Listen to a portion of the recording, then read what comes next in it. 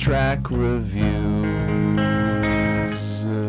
Hi, everyone. Anthony Fantano here, internet's busiest music nerd. Hope you're doing well. And I'm here to bust out a little track review here. If y'all didn't know, Lil Wayne's The Carter 5 is finally out after years of waiting and pushback after pushback after pushback. And from what I have read, Lil Wayne now having ownership over the Young Money name, which of course this album has been released on. It's here. It's here. The wait is finally over. And there have been a lot of people freaking out online about one particular track from the album. Thought I would kind of get into it before I have an album review of the record later next week ready. It's a new track with Kendrick Lamar titled Mona Lisa.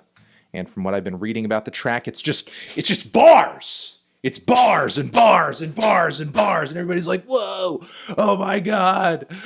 This is what I've been waiting for. Holy shit.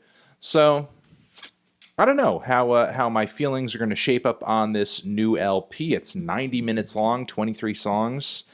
This might be indicative of the quality level of the entire record, or maybe it will be a quality peak on the album that the rest of the release doesn't really hit again. Either way, I hope this is good. I hope this is good as people are building it up to be. So let's give it a shot. Kendrick Lamar, Lil Wayne, Mona Lisa, bam.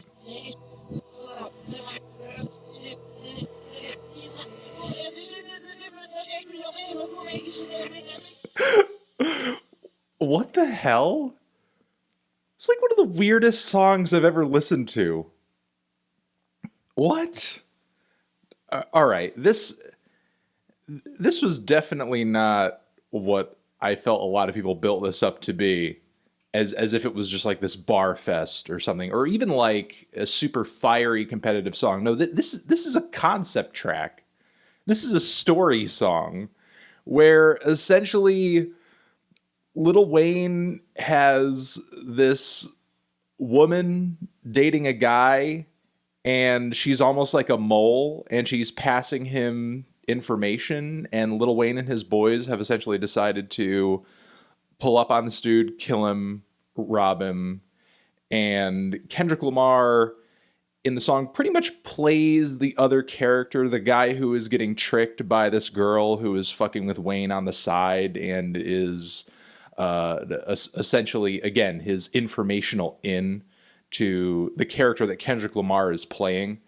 There are a handful of Wayne bars that kind of stood out to me in a good way. The Watch Your Mouth, Milli Vanilli, I thought was kind of funny, given the lip syncing and all that stuff. To You, She Lie Through Her Teeth, Cavities, Fillings, thought that was kind of cute. But then when he got into the weird back and forths of, oh, what's wrong? Nothing, keep resting. What's missing? How do you know something's missing? Then she just gives him some head and blah, blah, blah. Like, once they really started to get into the storyline of the whole thing, then I think it's really where the track got incredibly tedious and uninteresting, because you could kind of see where it's going. The story doesn't really build up to much. There's not much to glean from it in terms of, like, I don't know, what's the moral or the lesson here? I really have no clue. It just seems like a random one-off short story whose tropes and sort of I guess storyline arcs are pretty obvious and pretty basic. And then once the storyline started to get rolling, I thought that's when some of the corniest lines started to come out. The I scared the piss out of piss a dude off, put a gun to his frown, I thought was kind of a little cringy. The she's a good actress, you're a dead actor line, I thought was I don't know, kind of tired. And Kendrick, his delivery and flow hit me in an interesting way. Now, given how old some of the material on this album is, because we've been waiting for it for so long, this did not sound like Damn era Kendrick. Honestly, this sounded like a T-Pab Kendrick from the inflection in his voice to the flows he was picking. And then there was that weird bit toward the end of his verse where he kind of like got into that cracked voice delivery that we've heard him do on tracks before, especially on a Good Kid, Mad City. And I've enjoyed it there, but not so much in the way that he is delivering it and the way that it's been mixed on this particular track, where he's really overpowering the beat.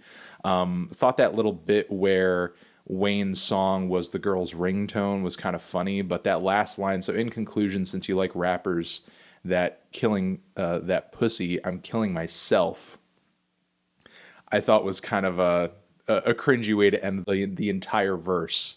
And I don't know, it's it just seemed like a really pitifully sad and unlikable story, I guess. Again, I don't mind conceptual tracks. I don't mind story songs. I actually wish it was something that people return to just a little bit. I wish it wasn't as rare these days as it seems to be. But personally, I don't really feel like this is a very interesting or compelling story. Nor do I think a lot of the bars used to tell the story were they all that, I guess, clever or sharp in terms of double entendres and word choice and references and that sort of thing. Yeah, it's I thought this was kind of weak. You know, it's okay.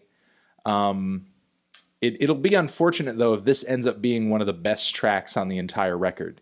Again, that would really be unfortunate, because this didn't really blow me away. You know, it just felt like an old Kendrick verse. Felt like a slightly above average, like slightly more focused verse from Wayne, more focused than we've seen him in a while.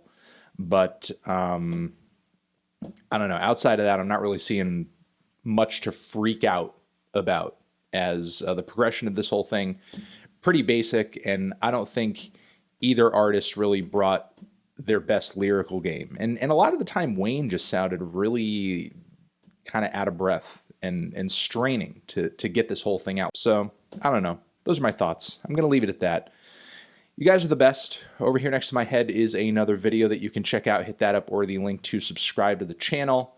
Anthony Fantano, Lil Wayne, Kendrick Lamar, Mona Lisa. Forever.